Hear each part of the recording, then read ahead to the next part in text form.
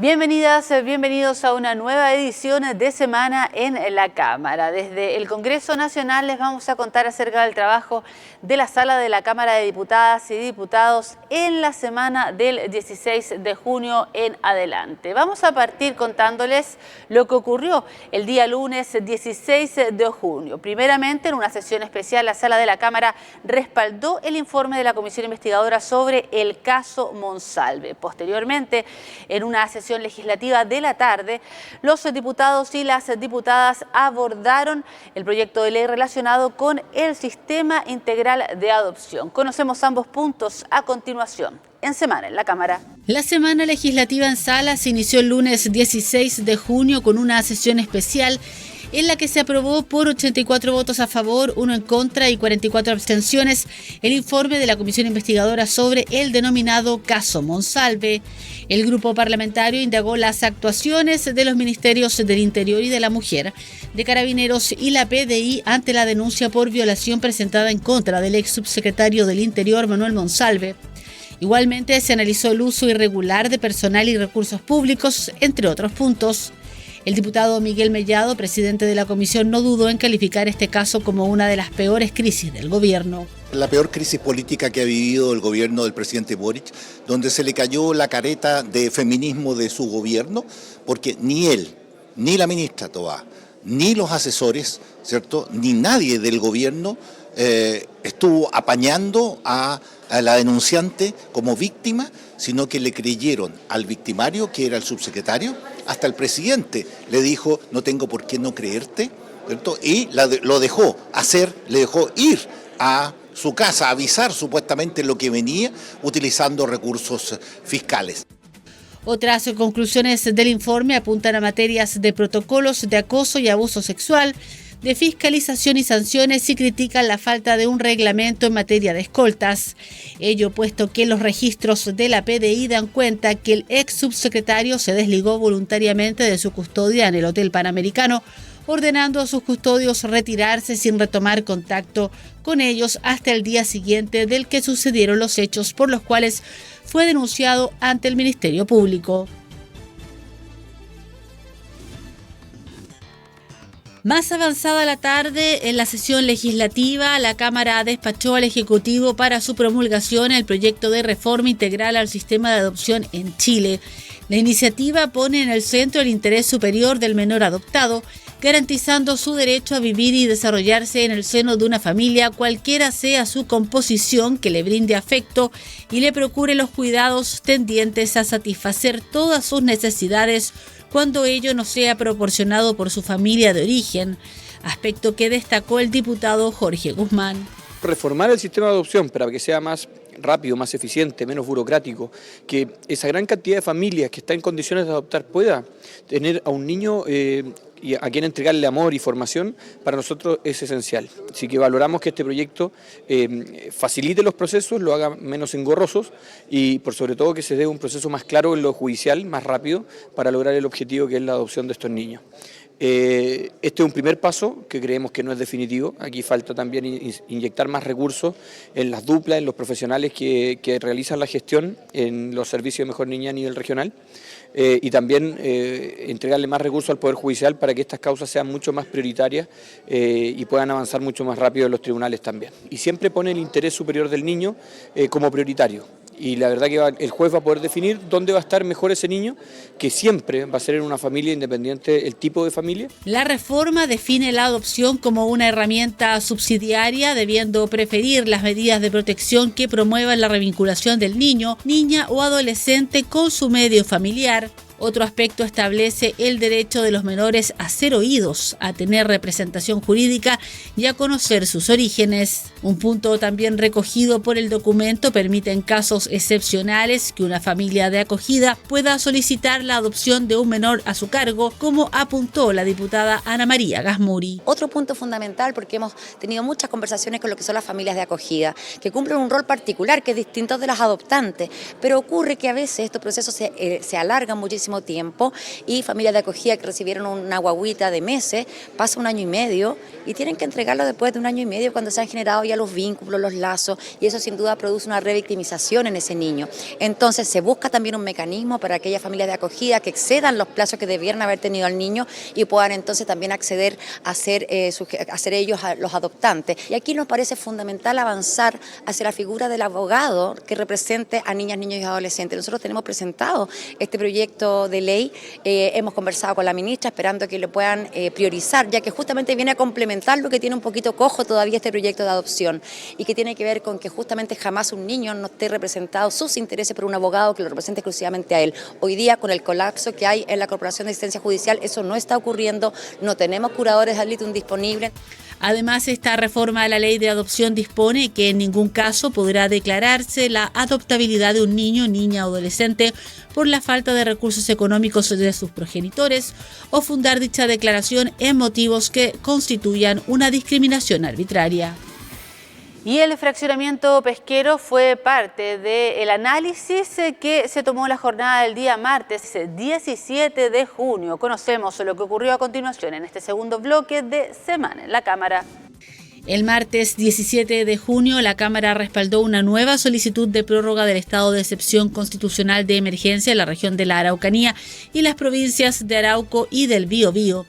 El diputado del PS, Leonardo Soto, junto con destacar la mejoría en las cifras, lamentó la polarización del debate en torno a una materia que debiera unificar criterios. Cada vez que pedimos el apoyo de la Cámara para poder prorrogar el estado de excepción en la Araucanía, que le ha dado bastante tranquilidad, gradualmente tranquilidad a todos los habitantes de esa zona, producto de los resultados que está teniendo, que no han completado una erradicación completa de la violencia, pero han ayudado mucho a darle tranquilidad a millones de personas. Uno siente desde el lado de la extrema derecha insultos, agresiones, tratando de aportillar un discurso que lo único que buscaba era promover la tranquilidad y la paz en la macrozona sur. Al lado izquierdo nuestro, en la otra izquierda, mudez total.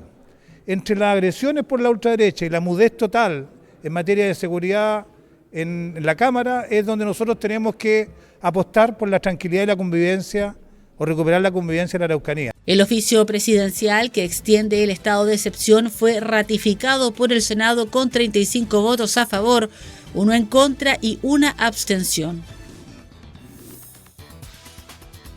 Tanto la Cámara como el Senado respaldaron el informe de la Comisión Mixta relativo al proyecto que define un nuevo fraccionamiento entre el sector pesquero artesanal y el industrial, instancia que se abocó a resolver las cuotas pendientes de la anchoveta y la sardina para el norte y de la merluza común entre Coquimbo y Los Lagos.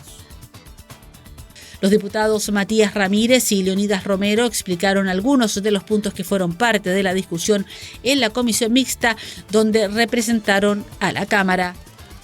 Yo creo que hay 3 elementos que fueron clave en el debate. Uno que yo creo que es primordial y que a veces es un tanto desapercibido, que es la situación de la anchoveta y la sardina española.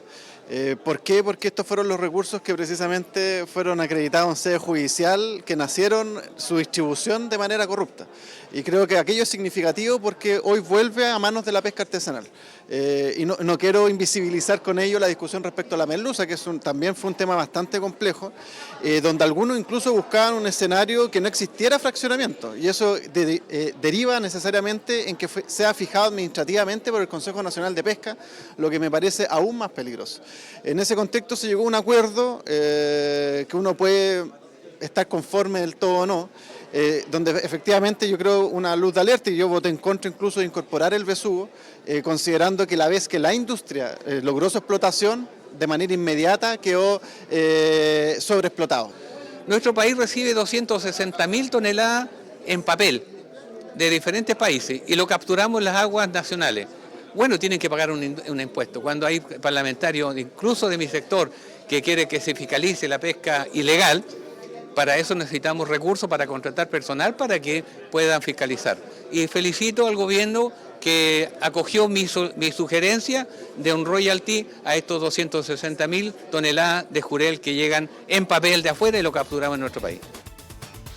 Desde el gobierno, el ministro de Economía y el diputado Jorge Brito resaltaron los beneficios que la norma traerá para el sector pesquero artesanal.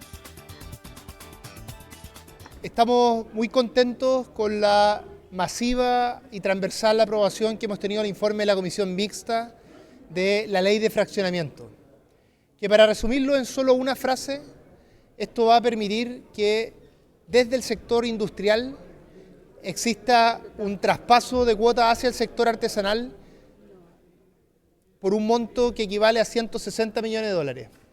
Esa es la magnitud de lo que hoy día estamos pudiendo avanzar, donde solo nos va a quedar el trámite de la votación, ¿no es cierto?, de este informe de la Comisión Mixta en el Senado.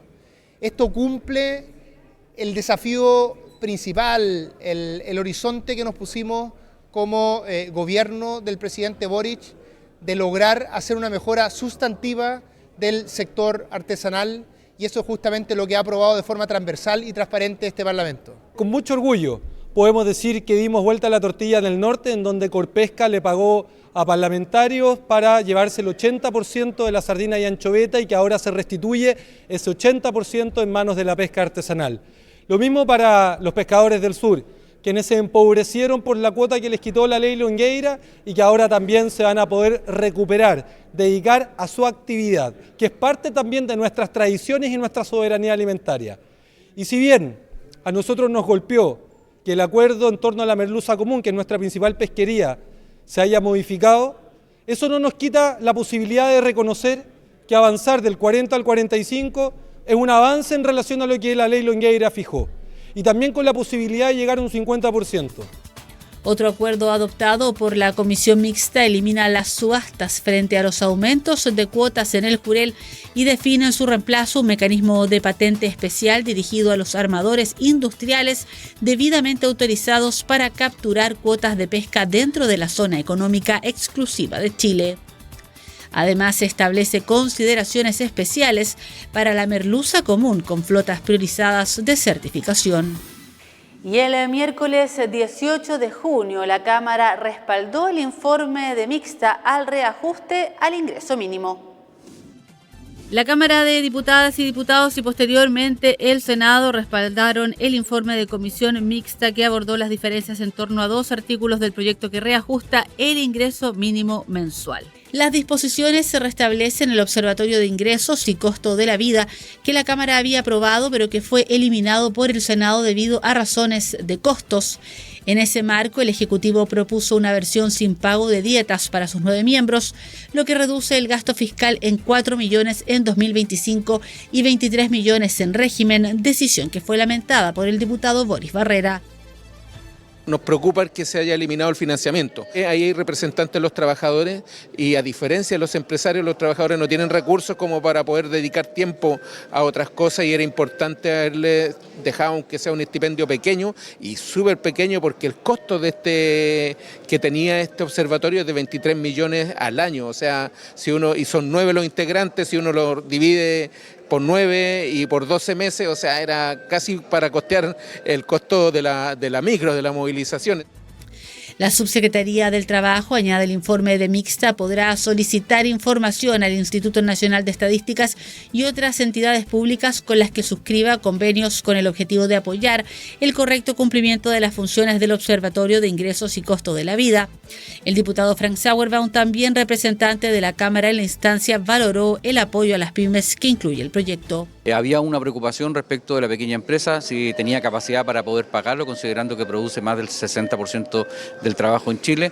Esto viene con una cláusula, ¿cierto?, de aumento de subsidio a la pequeña empresa si es que los niveles de inflación son mayores de los proyectados, pero también el gobierno ha anunciado un proyecto de ley que va a incentivar la contratación para las mujeres y para los jóvenes, que hoy día son los que más cesantía tienen. El articulado transitorio propuesto por la Mixta indica que el Observatorio de Ingresos y Costo de la Vida de las personas trabajadoras deberá constituirse al 6º mes siguiente de la publicación de la presente ley en el Diario Oficial. Llegamos al final de esta edición de Semana en la Cámara, en la que conocimos los distintos ámbitos en los que se desarrolló el debate legislativo. Lo que ocurrió con la comisión investigadora por el caso Monsalve, la ley de adopciones, el fraccionamiento pesquero y también el ingreso mínimo. Nosotros nos encontramos en una próxima oportunidad para seguir conociendo la labor legislativa acá en la Cámara de Diputadas y Diputados.